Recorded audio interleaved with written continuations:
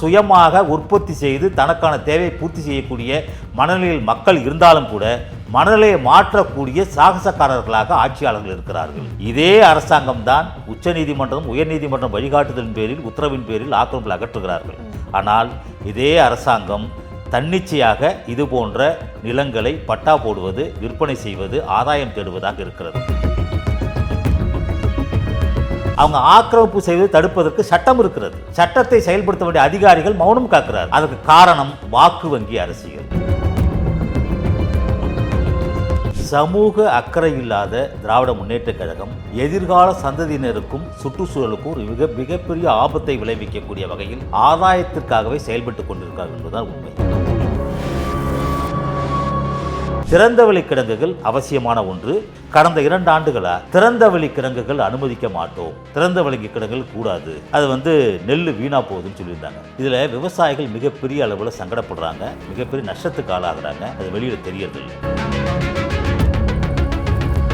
ஒரு எதிர்க்கட்சி சொல்லுகிற பொழுது அதை ஒரு எடுத்துக்காட்டாக எடுத்துக்கொண்டு தன் தவறை திருத்திக் கொள்ள வேண்டும். எதிரி சொல்வதை நாங்கள் ஏற்றுக்கொள்ள முடியாது, அவர் அரசியலுக்காக பேசுகிறார் என்று சொல்கிறார். ஆனால் இதற்கு பின்னால் விவசாயிகளுடைய வலியும் வேதனையும் இருக்கிறது என்பதை FT பாலிடிக்ஸ் நேயர்களுக்கு வணக்கம். இன்னைக்கு நம்ம கூட ஃபார்மர் ரவீந்திரன் சார் இருக்கார், அவர் கூட பேசுவோம். வணக்கம் சார். வணக்கம். எப்படி இருக்கீங்க சார்? நல்லா இருக்கு சார். நிறைய விஷயங்கள் நம்ம சொசைட்டியில் நடந்துட்டு தான் இருக்கு. இப்போ பள்ளிக்கரணை சதுப்பு நிலத்தை ஆக்கிரமிச்சுட்டு 2000 கோடி பக்கம் ஊழல் செஞ்சிருக்காங்க DMK. அதை எப்படி பார்க்குறீங்க சார்? ஒரு விவசாயியா இருந்துட்டு சதுப்பு நிலம் எவ்வளோ முக்கியன்ற விஷயம் எல்லாத்துக்கும் தெரியும். அப்படி இருக்கப்போ அந்த மாதிரியான நிலங்களை ஆக்கிரமிச்சு அதுலேருந்து லாபம் சம்பாதிக்கலாம் அப்படின்னு பார்க்கறது எப்படி எடுத்துக்க சார்? சதுப்பு நிலங்கிறது எப்படி நம்ம கர்ப்பப்பைக்கு ஈக்குவலாக சொல்கிறோமோ அது மாதிரியான ஒரு சமன்பாடுள்ள நிலம். அது சுற்றுச்சூழலை பாதுகாக்கக்கூடியது, பன்னாட்டு உயிர்கள் பல்லுயிர்கள் பெருக்கத்திற்கான வழிவகுக்கக்கூடியது, நீரை முழுமையாக தன்னுள் சேமித்து தேவையான வகையில் வெளிப்படுத்தக்கூடியது. ஒரு கர்ப்பப்பையை எப்படி பாதுகாக்க வேண்டுமோ அதுபோல் சதுப்பு நிலங்களை பாதுகாக்க வேண்டிய அவசியம் இருக்கிறது. சமூக அக்கறை இல்லாத திராவிட முன்னேற்ற கழகம் எதிர்கால சந்ததியினருக்கும் சுற்றுச்சூழலுக்கும் மிகப்பெரிய ஆபத்தை விளைவிக்கக்கூடிய வகையில் ஆதாயத்திற்காகவே செயல்பட்டு கொண்டிருக்கிறார்கள் என்பதுதான் உண்மை. உலக அளவில் சதுப்பு நில காடுகள் நிறைய இருந்தாலும் கூட இந்தியாவில் 3 இடங்கள் மட்டும்தான் இருக்குது. அதில் முக்கியமானது இந்த தலைநகரத்தில் இருக்கக்கூடிய இந்த சென்னை பகுதியில் வெள்ளங்களை உள்வாங்கி பாதுகாக்கக்கூடிய வகையில் ஒரு மிகப்பெரிய காடு, சதுப்பு நில காடு. அதுவும் பள்ளிக்கரணை எடுத்துக்கிட்டாலே சதுப்புன்னு தான் சொல்லுவாங்க எல்லாருமே. இப்போ பிச்சாவரம் சுற்றுலா மையம் இருக்குது, அங்கே சதுப்பு நில காடுகள் இருக்குது. அதுமாதிரி திருவாரூர் மாவட்டம் முத்துப்பேட்டையில் சதுப்பு நில காடுகள் இருக்குது. இவெல்லாம் வரலாற்று சிறப்பு மிக்கவை. இவெல்லாம் வரலாற்றுக்கு மிகையாக போற்றி பாராட்ட வேண்டிய ஒரு நிலங்கள், அதெல்லாம் நில வகைகள். அது பல்லுயிர் பெருக்கத்திற்கானது. அப்படி பல்லுயிர் பெருக்கல் இருந்தால் தான் மனித வாழ்க்கையும் சரி, விலங்குகள் வாழ்க்கையும் சரி, பூச்சி, அனைத்து வகையான ஜீவராசிகளும் ஒன்றை ஒன்று சார்ந்து வாழ்ந்து சங்கிலித்தோட நடவடிக்கையில் வாழ வேண்டிய ஒரு சூழல் உருவாகும். அதை இவங்க ஆதாயத்துக்காக பயன்படுத்துவது ஏற்புடையதல்ல, கண்டிக்க வேண்டியது, எதிர்கால சந்ததியிற்கு மிகப்பெரிய ஆபத்தை விளைவிக்கக்கூடியது. திராவிட முன்னேற்ற கழகம் தன்னை திருத்திக் கொள்ள வேண்டும் என்பதுதான் சமூக ஆர்வலர்கள், என்னை போன்ற விவசாய சங்க பிரதிநிதிகள் எல்லாம் வேண்டுகோள் விடுப்பது. கண்டிப்பாக சார். இப்போ எல்லாருமே வெள்ளத்தில் எவ்வளோ பாதிக்கப்பட்டு இருக்காங்கன்ற விஷயம் எல்லாத்துக்கும் தெரியும். சதுப்பு நிலம்ன்றது தண்ணியை நல்லா உள்வாங்கி அந்த ஒரு பாதிப்புலேருந்து மக்களை காப்பாற்றும் அப்படின்றப்போ அதை எந்த அளவுக்கு பாதுகாக்கணும் அப்படின்ற ஒரு விஷயம் இருக்குது. ஆனால் அதையே ஒரு பிளாட் போட்டோ இல்லை வேறு சில இடங்களுக்காகலாம் விற்று அதிலிருந்து லாபம் சம்பாதிக்கிறாங்க. அதுவும் இன்னைக்கு காசா கிராண்டுக்கு இந்த மாதிரியான ரொம்பவே பாதுகாக்க வேண்டிய நிலங்களை கொடுக்குறப்போ இது எப்படி எடுத்துக்க சார்? இது சரியான முடிவா? திராவிட முன்னேற்ற கழகத்தில் இருக்கக்கூடிய ஆட்சியாளர்களுடைய மனநிலை என்பது இயற்கைக்கு மாறாகவே செயல்பட்டு கொண்டிருக்கிறது. இயற்கையோடு இணைந்து வாழ வேண்டிய மனித சூழல், மனித உயிர்கள் இயற்கைக்கு எதிராக வாழ்கிற பொழுது மிகப்பெரிய அபாயகரமான விளைவுகளை சந்திக்க வேண்டிய ஆபத்தான விஷயங்கள் இருக்கிறது. எனவே இதை விடுத்து பள்ளிக்கரணை சதுப்பு நில காட்டை பாதுகாக்க வேண்டும். பாதுகாப்பதன் மூலம் எதிர்கால ஆரோக்கியமான வாழ்க்கையும் சுற்றுச்சூழலையும் பாதுகாக்க முடியும். அறப்போர் இயக்கம் வீடியோ ப்ரூஃபோட இதை வெளியே சொல்லியிருக்காங்க. அப்படி இருக்கப்போ இவங்களே DMK சைடில் இருந்தே சதுப்பு நிலம் எவ்வளோ முக்கியம் அப்படின்றதுக்கு மாநாடு நடத்தினாங்க. ஆனால் அவங்களே இப்போ இந்த நிலங்களெல்லாம் அவங்களோட ஒரு ஒரு ஒரு சுயநலத்துக்காக சொல்லலாம், இல்லை சில விஷயங்களுக்காக அதை லாபகரமாக பயன்படுத்துகிறாங்க. அப்படின்றப்போ இது மக்கள் மத்தியில் எப்படி போகும்னு நினைக்கிறீங்கய்யா? அவங்க எப்போதுமே ஆதாயத்திற்கான செயல்படக்கூடியவர்கள். மக்கள்கிட்ட பேசுகிற போது ஒன்று, செயல்பாட்டில் ஒன்று, வெளிப்படையாக பேசும்போது நாங்கள் இதெல்லாம் பாதுகாப்போம்னு சொல்லுவாங்க. ஆனால் அவருடைய சிந்தனையும் செயல்பாடும் வேறு மாதிரியாக இருக்கும். உண்மையை சொல்ல வேண்டுமானால் ஒரு மக்களை ஏமாளிகளாக எண்ணி ஆட்சி பிடித்தில் அமர்ந்து ஆட்சி செய்து கொண்டிருக்கிறார்கள் என்பதுதான் நிதர்சனமான உண்மை. மக்களையே ஏமாத்துறாங்க அப்படின்ற விஷயம் சொல்றீங்க. ஆனா யாராலும் குறை சொல்ல முடியாத ஆட்சி, மக்களுக்கான ஆட்சி அப்படின்னு சொல்லிட்டு தொடர்ந்து சொல்லிட்டே இருக்காங்க. இதை எப்படி எடுத்துக்கிறது? வார்த்தை ஜாலங்களால், அடுக்குமொழி வசனங்களால், பேச்சாளர்களால் ஆட்சிக்கு வந்து வளர்ந்த கட்சி திராவிட கட்சி, திராவிட முன்னேற்ற கழகம். ஆக அவங்க பேசுறதை சொல்லிக் கொடுக்க வேண்டிய அவசியமே இல்லை. அவங்க எல்லாமே பேசுவாங்க. அடுக்குமொழியில் பேசுவாங்க, இலக்கணத்தை பேசுவாங்க, இலக்கியங்களை பேசுவாங்க. ஆனால் சொல்லுக்கும் செயலுக்கும் சற்றும் அவர்களுக்கு ஒற்றுமை கிடையாது, இணைப்பு கிடையாது. சொல்லுவது வேறு, செயல்படுவது வேறு. அந்த வகையில் தான் இந்த சதுப்புநில காடுகளில் அவங்க பட்டா போட்டு விற்பதற்கான நடைமுறைகள் இது தவிர்க்கப்பட வேண்டும். கண்டிப்பாக இந்த மாதிரியான விஷயங்கள் இப்போதான் நடக்குது அப்படின்றது இல்லை. பல வருடங்களாக ஏதோ ஒரு இடத்துல இந்த மாதிரியான ஆக்கிரமிப்பு அப்படின்றது நடந்துட்டு தான் இருக்குது. ஒரு சில நாட்கள்லாம் வந்துட்டு மக்கள் வாழ்கிற இடங்கள்ல இருக்க வீடு எல்லாத்தையுமே இடித்து தள்ளிட்டு அதை ஆக்கிரமிப்பு பண்ணிட்டாங்கன்னு சொல்லிடுவாங்க. ஆனால் அதே கட்சிக்காரங்க இப்போ திரும்பவும் வந்துட்டு அவங்களே இந்த மாதிரியான விஷயங்கள் பண்ணுறப்போ இது சொசைட்டியில் எந்த மாதிரியான ஒரு தாக்கத்தை ஏற்படுத்தும் நினைக்கிறீங்க? நீர்நிலை ஆதாரங்களை ஆக்கிரமிப்பு செய்யக்கூடாதுங்கிறது உச்சநீதிமன்ற வழிகாட்டுதல் இருக்குது. ஒரு 2002 ஒரு வரலாற்று சிறப்புமிக்க நீதியரசர்கள் தீர்ப்பு கொடுத்துருக்காங்க. அதுபோல் தீர்ப்பு கொடுத்தும் ஒரு குறிப்பிட்ட இடத்தில் இருக்கக்கூடிய நீர்நிலை ஆதாரங்களில் ஆக்கிரமிப்பு இருந்தால் அதனால் பாதிக்கப்படக்கூடியவர்கள் நீதிமன்றத்துக்கு போகிற போது சுட்டி காட்டி இந்த நீதிமன்றத்தின் அடிப்படையில் உத்தரவு பெற்று இதை உடனடியாக ஆக்கிரமிப்பு பண்ணிக்கணும்னு சொல்லுவாங்க. அதுபோல் ஆக்கிரமிக்கப்படுகிற வரலாறுகள் நிகழ்வுகள் நிறைய உண்டு. நிறைய ஆக்கிரமிப்புகள் எடுத்திருக்கிறாங்க. இதே அரசாங்கம்தான் உச்சநீதிமன்றம் உயர்நீதிமன்றம் வழிகாட்டுதலின் பேரில் உத்தரவின் பேரில் ஆக்கிரமிப்பில் அகற்றுகிறார்கள். ஆனால் இதே அரசாங்கம் தன்னிச்சையாக இது போன்ற நிலங்களை பட்டா போடுவது, விற்பனை செய்வது, ஆதாயம் தேடுவதாக இருக்கிறது. ஆக 2 வகையான கொள்கை முடிவுகளில் செயல்படுகிறார்கள். ஆக எல்லாவற்றிற்குமே தவறு செய்தவர்கள் நீதிமன்றம் தான் தண்டிக்க வேண்டும் என்கிற நிலை இருக்கிற பொழுது தானாக மனிதன் திருந்தி வாழ்வதற்கான வாய்ப்பே இல்லை. அதற்கு எடுத்துக்காட்டாக ஆட்சியாளர்களும் இருந்து கொண்டிருக்கிறார்கள் என்பதுதான் உண்மை. இதை எப்படி எடுத்துக்க, ஆல்ரெடி வந்துட்டு இந்த மாதிரி நீர்நிலைகள் இருக்க இடத்துலலாம் ஆக்கிரமிப்பு பண்ணக்கூடாது, தன்னோட சொந்த சுயநலத்துக்காக பயன்படுத்தக்கூடாதுன்றது எக்கச்சக்கமான பேர் சொல்லியிருக்காங்க. அந்த மாதிரி ஒரு சட்டமே இயற்றிருக்காங்க. அப்படின்னும் போது அந்த நீதிமன்றத்தையும் மதிக்காம இந்த மாதிரியான ஒரு விஷயம் பண்றாங்க அப்படின்றப்போ ஒன்னா ஆட்சியில் இருக்கவங்க அதை தண்டிச்சு கேட்கணும், இல்ல நீதிபதி சொல்றத அவங்க வந்துட்டு பின்பற்றணும். ரெண்டுமே இல்லாம யாரு கேட்கணுமோ அவங்களே இந்த மாதிரியான விஷயங்கள் பண்றப்போ மக்களுக்கு எந்த மாதிரியான ஆபத்துல இது மூலியமா வரும் நினைக்கிறீங்க? மக்களுக்கு நிறைய மிகப்பெரிய ஆபத்துகள் இருக்கு. நீங்க இப்போ சராசரியான மழை அளவு அதிகப்படியான மழை அளவு. நீங்கள் மழை பெய்கிற பொழுது அபரிதமான மழை பொழிவு ஏற்படுகிற பொழுது அந்த மழை நீர் நீர்நிலை ஆதாரங்களிலே நிரம்பி உபரி நீர் கடலுக்கு தான் செல்லும். கடலுக்கு போகிற பொழுது கடல் அலை உடனடியாக உள்வாங்காது. அந்த கடல் ஒரு 11 மணி நேரம் உயர்மட்டம் தாழ்வு மட்டம்னு இருக்குது கடலில். அப்போது எப்போ கடல் உள்வாங்குகிறதோ அப்போ தான் இந்த வெள்ள நீரை உள்வாங்க முடியும். அப்போ ஒரு 13 மணி நேரம் இடைவெளி இருக்கிற பொழுது தண்ணீரால் மக்கள் குடியிருப்புகள் பாதிக்கப்படுவார்கள். அப்போ பாதிப்பு ஏற்படுவதை அப்பொழுது மட்டுமே அந்த மக்கள் உணர்கிறார்கள், அதற்கு பிறகு உணர்வதில்லை. ஆக உணர்வு என்பது, எச்சரிக்கை என்பது ஆண்டு முழுவதும் இருக்க வேண்டும். வெள்ள காலத்திலும் சரி, வெள்ளம் இல்லாத போதும் சரி, எச்சரிக்கை உணர்வோடு செயல்பட வேண்டும், தொலைநோக்கு பார்வையோடு செயல்பட வேண்டும். இது மக்கள் தொலைநோக்கு செயல்பாடு இருந்தாலும் கூட ஆட்சியாளர்களுக்கு எச்சரிக்கை உணர்வு கிடையாது, தொலைநோக்கு பார்வையும் கிடையாது. அதனுடைய வெளிப்பாடு தான் இது போன்ற சங்கடங்களை எல்லாம் சந்திக்க வேண்டிய நிலை இருக்கிறது. முன்னேற்றத்துக்காக எல்லாரும் முன்னாடி போகணும் அப்படின்னு சொல்லுவாங்க. தமிழ்நாட்டில் விளையாத பொருட்கள் இல்லை, விவசாயம் பண்ண முடியாத பொருட்கள் இல்லை, ரொம்பவே அழகான ஒரு நாடு.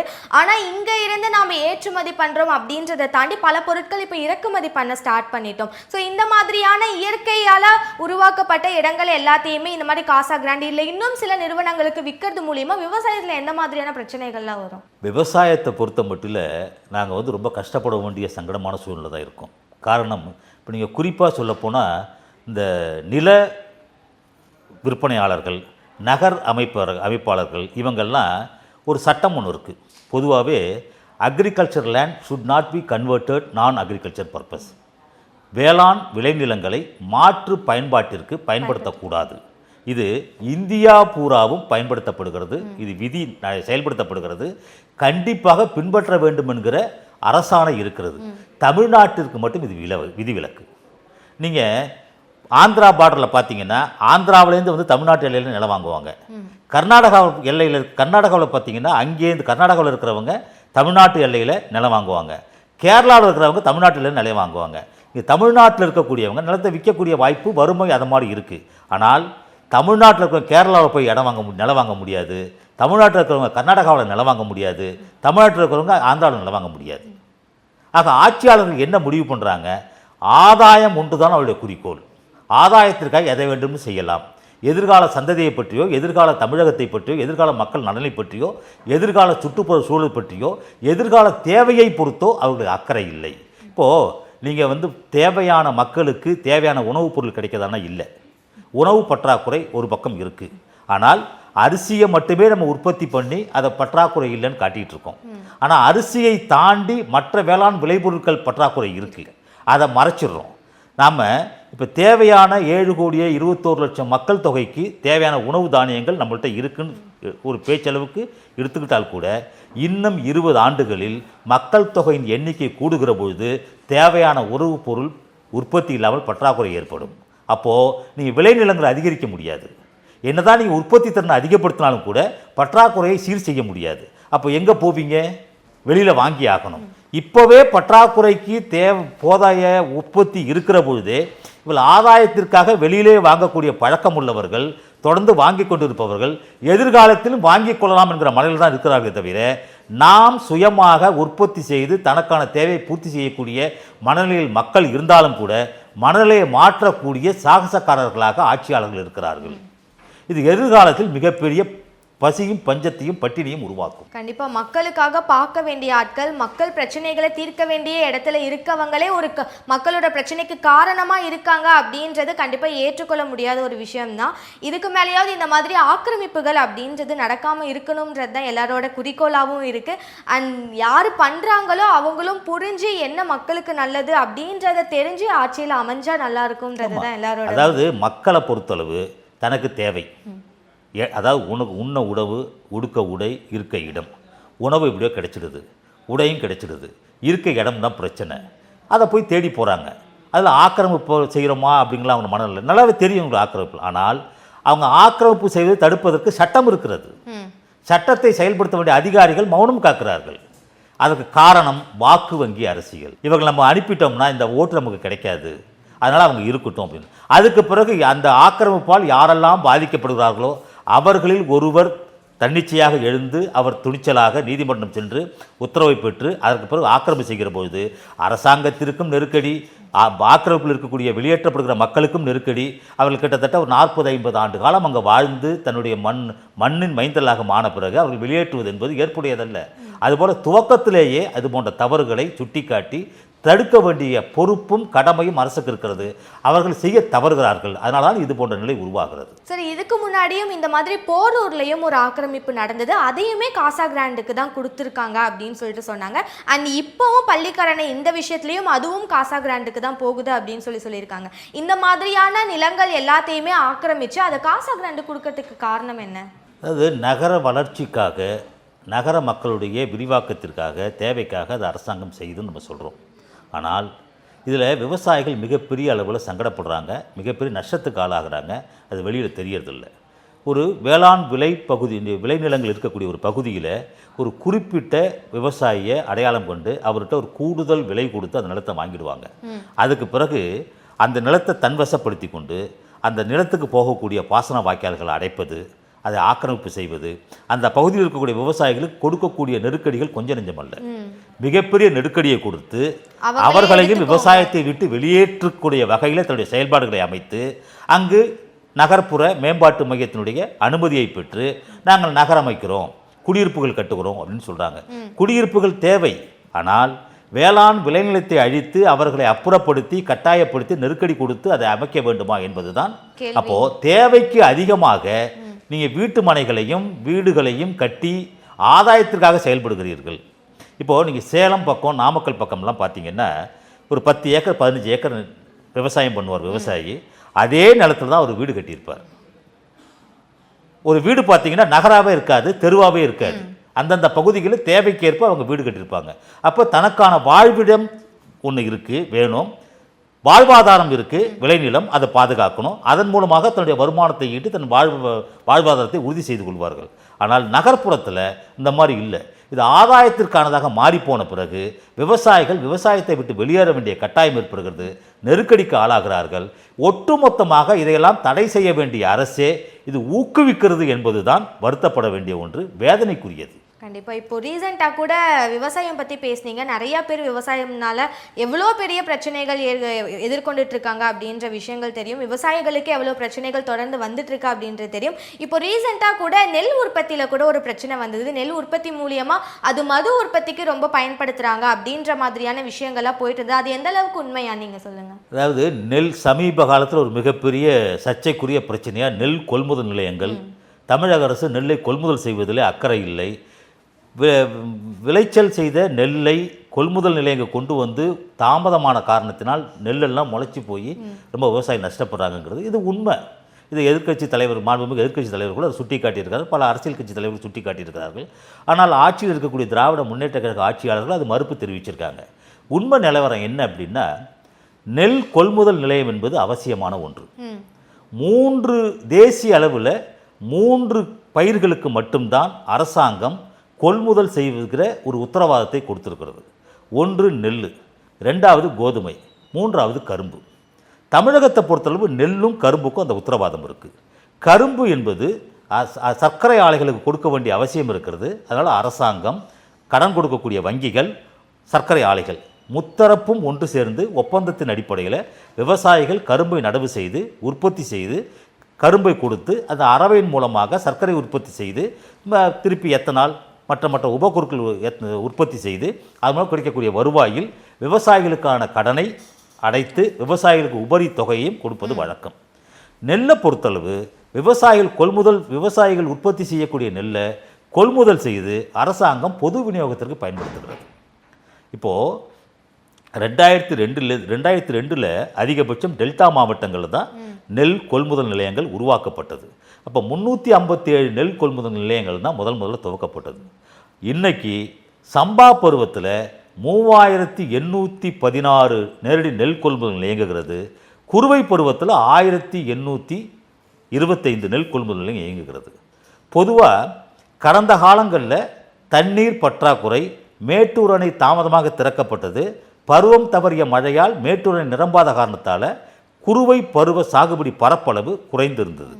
கடந்த 4 ஆண்டுகளாக மேட்டூர் அணை நிரம்பி போதுமான தண்ணீர் கிடைத்த காரணத்தால் கடந்த ஆண்டு 3,87,227 ஏக்கர் பரப்பளவில் நடந்த குறுவை சாகுபடி நடப்பாண்டு 6,08,772 ஏக்கர் பரப்பளவு உயர்ந்திருக்கு. அப்போது கடந்த ஆண்டோடு ஒப்பிடுகிற பொழுது நடப்பாண்டில் 2,21,221 ஏக்கர் பரப்பளவு கூடியிருக்கிறது. இப்போது நீங்கள் நெல் கொள்முதல் பருவங்கிறது கடந்த காலங்களில் 1/10 அக்டோபர் மாதம் 1ஆம் தேதியிலிருந்து நெல் கொள்முதல் செய்ய துவங்குவார்கள். இதை ஆகஸ்ட் மாதம் 31ஆம் தேதி வரையும் கொள்முதல் முடியும். இதுதான் கொள்முதல் பருவங்கிறது. இந்த கொள்முதல் செய்கிறது முழுக்க மத்திய அரசாங்கத்தினுடைய நிதி ஆதாரம். மாநில அரசாங்கம் முகவராக செயல்படுது. இந்த மாநில அரசாங்கம் முகவராக செயல்படுகிற பொழுது எங்கெங்கெல்லாம் விவசாயிகள் சாகுபடி செய்திருக்கிறார்கள், எங்கெங்கெல்லாம் பயிர் செய்திருக்கிறார்கள், எவ்வளவு பயிர் செய்திருக்கிறார்கள், அந்த 120 நாட்கள் கால இடைவெளியில் அதனுடைய பரப்பளவு, அது விளைக்கக்கூடிய மகசூல் அளவு, இதையெல்லாம் கணக்கிட்டு நேரடி நெல் கொள்முதல் நிலையம் துவக்குவது வழக்கம். அந்த அடிப்படையில் தான் கொள்முதல் துவக்கியிருக்காங்க. இப்போ கடந்த பருவத்தில் கூட இப்போ நீங்கள் 42 லட்சம் மெட்ரிக் டன் நெல் கொள்முதல் செய்ததாக அரசு சொல்லுகிறது. இது அபரிதமான வளர்ச்சி, வரவேற்கக்கூடியது, மகிழ்ச்சிக்குரியது. இது 31/8/2025 கடந்த கால பருவத்தோடு முடிந்து போய்விட்டது. இப்போ குறுவை பருவத்திற்கு 1/10 துவங்க வேண்டியதை மத்திய அரசாங்கத்துடைய அனுமதி பெற்று 1/9 செப்டம்பர் மாதத்திலேருந்து 1ஆம் தேதியிலேருந்து பிடித்தம் செய்வதற்கான நடைமுறை இருக்குது. நெல் கொள்முதல் செய்வது, இயக்கம் செய்வது, அரவைக்கு கொண்டு போவது, இதையெல்லாம் ஒரு சங்கிலி தொடர் நடவடிக்கையாக இருக்க வேண்டும். அப்போ தான் அது எந்தவித தாமதம் இல்லாமல், தடங்கள் இல்லாமல், தடைகள் இல்லாமல் செயல்படுத்த முடியும். இப்போ ஒரு நெல் கொள்முதல் நிலையத்தில் சராசரியாக 1000 மூட்டைகள் நெல் கொள்முதல் செய்வாங்க பணியாளர்கள். அதுக்கு உரிய தொகை கொடுப்பாங்க. மறுநாள் அந்த நெல்லை அந்த மூட்டையை தைத்து அதை திருப்பி மூட்டையில் அட்டியில் அடுக்கி அதை திருப்பி லாரியில் ஏற்றி அனுப்பின பிறகு அடுத்த 1000 மூட்டையை பிடிப்பாங்க. இதுதான் நடைமுறை. இதற்கு தேவையான கட்டமைப்பு வசதி என்ன அப்படின்னா திறந்தவெளி கிடங்குகள் அமைத்து கொள்ளலாம் என்கிற கடந்த கால அரசுகள் அதுக்கான அனுமதி கொடுத்தாங்க. ஆனால் இந்த 4 ஆண்டுகளில் 2 ஆண்டுகள் அது போன்ற அனுமதி கொடுத்த திராவிட முன்னேற்றக் கழகம் கடந்த 2 ஆண்டுகளாக திறந்தவெளி கிடங்குகள் அனுமதிக்க மாட்டோம், திறந்தவெளி கிடங்குகள் கூடாது, அது நெல் வீணாக போகுதுன்னு சொல்லியிருந்தாங்க. திறந்தவெளி கிடங்குகள் என்கிறது சாதாரண விஷயம் இல்லை. அதில் கீழே படிக்கல் வைக்கணும், அதுக்கு மேலே கட்டை அடுக்குவாங்க, பாதுகாப்பாக இருக்கும். அந்த தரைக்கும் அந்த கட்டைக்கும் கிட்டத்தட்ட 1.5 அடி உயரம் இருக்கும். தண்ணி பூந்தாலும் எந்த பாதிப்பு இருக்காது, நெல் மூட்டைகள் வீணாகாது. அது மேலே மூட்டையை அடுக்குவாங்க, அதுக்கு ஒரு தார்பாய் போட்டு மூடுவாங்க. மழை பெய்கிற பொழுது பனிப்பொழிவு அதிகமாக இருக்கிற போது தார்பாய் மூடுவாங்க. பகல் நேரங்களில் மழை இல்லாத நேரத்தில் பனி இல்லாத நேரத்தில் தார்பாய் திறந்து விட்டுருவாங்க. இது அதிகபட்சம் ஒரு 40 நாட்கள் மட்டுமே பாதுகாக்கக்கூடிய நடைமுறை.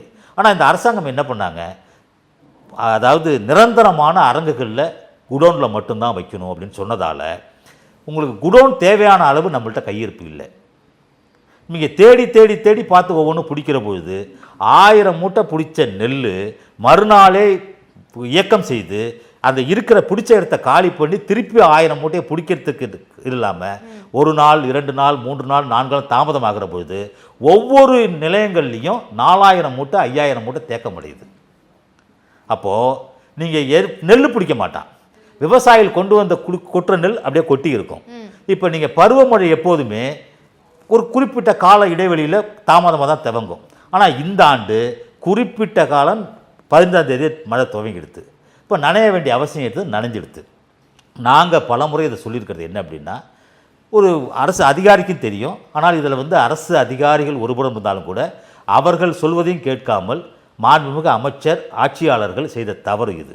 இதில் என்ன நடந்தது அப்படின்னா, திறந்தவெளி கிடங்குகள் அவசியமான ஒன்று, நிரந்தர கிடங்குகள் தேவையில்லைங்கிறது எங்களுடைய காரணம் என்ன அப்படின்னா, அதிமுக ஆட்சி காலத்தில் இந்த பொது விநியோகத்திற்கு நெல் கொள்முதல் செய்த நெல்லை 200 அரவை ஆலைகளில் அரைப்பதற்கான ஒப்பந்தம் போடப்பட்டு அரைக்கப்பட்டது. ஆக ஒரு 2 மாத காலம் அந்த நெல்லை பாதுகாத்து படிப்படிப்படியாக தேவைக்கேற்ப அரவை ஆலைகளுக்கு அனுப்பி அதை அரவை செய்து அதிலேருந்து அரிசியை பாதுகாப்பு பண்ணி பொது விநியோகத்திற்கு கொடுக்கறது வழக்கம். ஆனால் திராவிட முன்னேற்ற கழக அரசு என்ன செஞ்சாங்க, அதிகப்படியான நெல்லை நம்ம ஒரே நேரத்தில் அரைச்சி அரிசி நம்ம பாதுகாப்பாக வச்சுக்கோங்கிறதால ஒரு 772 நவீன அரிசி ஆலைகள் ஒப்பந்தம் செய்து அவர்களிடத்தில் ஒப்பந்தம் செய்வதற்காக நெல்லை இயக்கம் செய்வதற்கான நடைமுறையை உருவாக்குனாங்க. இது வரவேற்கக்கூடிய ஒன்று தான். ஆனால் நீங்கள் பிடித்தம் செய்த நெல்லை உடனடியாக 20 நாட்களில் நவீன அரிசி ஆலைகளுக்கும் சாதாரண அரிசி ஆலைகள் கொண்டு போகக்கூடிய சாத்தியக்கூறுகள் இருக்கிற பொழுது நீங்கள் நிரந்தரமான அரங்குகளுக்கு குடோன்களுக்கு கிடங்கிகளுக்கு கொண்டு போக அவசியமே இல்லை. அந்த கிடங்கிகள் தேடி போக வேண்டிய அவசியம் இல்லை. கிடங்கிகளை அமைத்து அதன் பிறகுதான் அதில் கூட நெல்லை வைக்க வேண்டிய அவசியமே இல்லை. இப்போது நமக்கு சராசரியாக ஒரு மாதத்திற்கு 3,30,000 டன் அரிசி தேவை பொது விநியோகத்திற்கு. இதற்கு தேவையான நெல்லுன்னு எடுத்திங்கன்னா 4,85,000 டன் நெல் தேவை. 68% அரிசி கிடைக்கும். இப்போ நீங்கள் ஆண்டு முழுவதும் கணக்கிட்டிங்கன்னா 60,000 டன் மெட்ரிக் டன் 60 லட்சம் மெட்ரிக் டன் நெல் இருந்தாலே நமக்கு போதுமான விநியோகத்திற்கு அரிசி இருக்கும். 42 லட்சம் மெட்ரிக் டன் நம்ம இலக்கை எட்டி இருக்கும். இப்போ கூடுதல் இந்த ஆண்டு நிறைய உற்பத்தி பண்ணியிருக்காங்க, நிறைய மகசூல் கிடைச்சிருக்கு. கிட்டத்தட்ட வழக்கமாக குறுவையில் 7 லட்சம் மெட்ரிக் டன் தான் கொள்முதல் செய்வோம். அந்த இலக்கெல்லாம் கடந்து 13 லட்சம் மெட்ரிக் டன் கொள்முதல் செய்வதற்கான வாய்ப்பு இருக்குது. இப்போ மாண்புமிகு துணை முதல்வர், மாண்புமிகு உணவு அமைச்சர், மாண்புமிகு வருவாய்த்துறை அமைச்சர்லாம் சொல்கிறது அவங்களுக்குள்ளே ஒரு புரிதல் இல்லாமல் மாறுபட்ட கருத்துக்களை சொல்கிறாங்க. மாண்புமிகு உணவுத்துறை அமைச்சர் சொல்கிறார், நாங்கள் 10.5 லட்சம் மெட்ரிக் டன் நாங்கள் கொள்முதல் பண்ணிட்டோங்கிறார். வருவாய்த்துறை அமைச்சர் நாங்கள் 8.5 டன் மெட்ரிக் டன் கொள்முதல் பண்ணிட்டோங்கிறார். மாண்புமிகு துணை முதலமைச்சர் அவர் ஒரு கணக்கு சொல்கிறார். அதாவது அரசாங்கத்திலேருந்து இருக்கக்கூடிய ஆட்சியாளர்கள் ஒரு சரியான தரவுகளை பெற்று சொல்லணும். ஆனால் கொள்முதல் செய்ய வேண்டிய நெல்லுடைய அளவு 13 லட்சம் மெட்ரிக் டன். நீங்கள் அப்படியே 10.5 லட்சம் மெட்ரிக் டன் நீங்கள் கொள்முதல் செய்ததாக சொன்னாலும் கூட இன்னும் 2.5 லட்சம் மெட்ரிக் டன் கொள்முதல் செய்ய வேண்டியது இருக்குது. அவை எல்லாமே கொள்முதல் நிலையங்களில் திறந்த வெளியில் கிடக்கு. விவசாயிகள்கிட்ட தார்பாய் வாங்க வசதி கிடையாது. அவன் ஏற்கனவே கடனை வாங்கித்தான் விவசாயம் பண்ணால் இந்த நெல்லை விற்று கிடைக்கக்கூடிய காசை கொண்டு கடன் அடைச்சிட்டு அதில் கிடைக்கக்கூடிய லாபத்தை வச்சு தான் அடுத்து சம்பா பருவத்தை துவக்கணும், தனக்கு தேவையான குடும்பத்துக்கு தேவையான அனைத்து செலவினங்களையும் ஈடுகட்டி ஆகணும். அது போன்ற சூழலில் அரசாங்கம் திட்டமிட்டு செயல்படாததே இந்த நெருக்கடிகளுக்கும் இந்த நஷ்டத்திற்கும் காரணம். இது விவசாயிகளை சாதாரணமாக நினைக்கக்கூடாது, விவசாயிகளை உணர்வுபூர்வமாக அணுக வேண்டும். அவங்கள்ட்ட எந்த ஆதாரமும் கிடையாது, எந்த இருப்பும் கிடையாது. நீங்கள் ஒரு சில கோயம்புத்தூரில் இருக்கிறவங்க கொஞ்சம் பணப்பயிர் பண்ணுவாங்க, நாமக்கல்லில் இருக்கிறவங்க ஒரு அபரிதமான வருமானம் இருக்கும், அதில் அவங்க கார் வச்சுருப்பாங்க, விவசாயம் பண்ணுவாங்க. அதே கண்ணோட்டத்தோட எல்லா விவசாயிகளும் இருப்பாங்கன்னு பார்க்கக்கூடாது. எக்ஸாக்ட்லி. தாலியை அடமானம் வச்சுலாம் தாலியை விற்றுலாம் விவசாயம் பண்ணுறவங்களாம் இருக்காங்க. ஆக அது போகிற சூழ்நிலையில் விவசாயிகள் பாதிக்காத வகையில் திட்டமிட்டு செயல்பட வேண்டிய இந்த அரசாங்கம் எவ்வளவு சாகுபடி பரப்பளவு உயர்ந்திருக்கிறதோ அதையெல்லாம் கருத்தில் கொள்ளாமல் நெல் கொள்முதல் செய்வதிலே அலட்சியம் காட்டியிருக்கிறது ஒரு மிகப்பெரிய தவறு. அதனால்தான் நெல் முளைத்திருக்கிறது, நெல் பாதுகாக்கப்படவில்லை. உரிய காலத்தில் கொள்முதல் செய்திருந்தால் இது போன்ற பாதிப்பு ஏற்பட்டிருக்காது. விவசாயிகள் மிகப்பெரிய நட்டத்தை அடைந்திருக்கிறார்கள். இதைத்தான் விவசாயிகளுடைய குரலாக மாண்புமிகு எதிர்க்கட்சி தலைவர் அவர்களும் பல அரசியல் கட்சி தலைவர்களும் சொல்லியிருக்கிறார்கள். ஆனால் இந்த ஆட்சியாளர்கள் ஒரு எதிர்க்கட்சி சொல்லுகிற பொழுது அதை ஒரு எடுத்துக்காட்டாக எடுத்துக்கொண்டு தன் தவறை திருத்திக் கொள்ள வேண்டும். ஆனால் எதிரி கட்சிகளை போல் பாவித்து எதிரி சொல்வதை நாங்கள் ஏற்றுக்கொள்ள முடியாது, அவர் அரசியலுக்காக பேசுகிறார் என்று சொல்கிறார்கள். ஆனால் இதற்கு பின்னால் விவசாயிகளுடைய வலியும் வேதனையும் இருக்கிறது என்பதை ஆட்சியாளர்கள் உணர வேண்டும். எதிர்காலத்திலாவது இது போன்ற சங்கடங்கள் நிகழாமல், நஷ்டங்கள் ஏற்படாமல் விவசாயிகளுடைய வாழ்வாதாரத்தையும் வருமானத்தையும் உறுதி செய்யக்கூடிய வகையில் ஆட்சியாளர்கள் திட்டமிட்டு செயல்பட வேண்டிய அவசியம் இருக்கிறது. திட்டமிட்டு செயல்படுவார்கள் என்று நம்புகிறோம். நம்பிக்கையின் அடிப்படையில் தான் அவருடைய எதிர்கால செயல்பாடையும் எதிர்நோக்கி இருக்கிறோம். கண்டிப்பாக இந்த நேர்காணலில் அவங்களுக்கும் போகும், அவங்க மக்களோட பிரச்சனைகளை தீர்க்க வேண்டிய எண்ணங்கள் எல்லாத்தையும் அவங்க உள்வாங்கிப்பாங்க அப்படின்னு நம்புவோம் ஐயா. ரொம்ப நன்றி. ரொம்ப நன்றிங்கம்மா.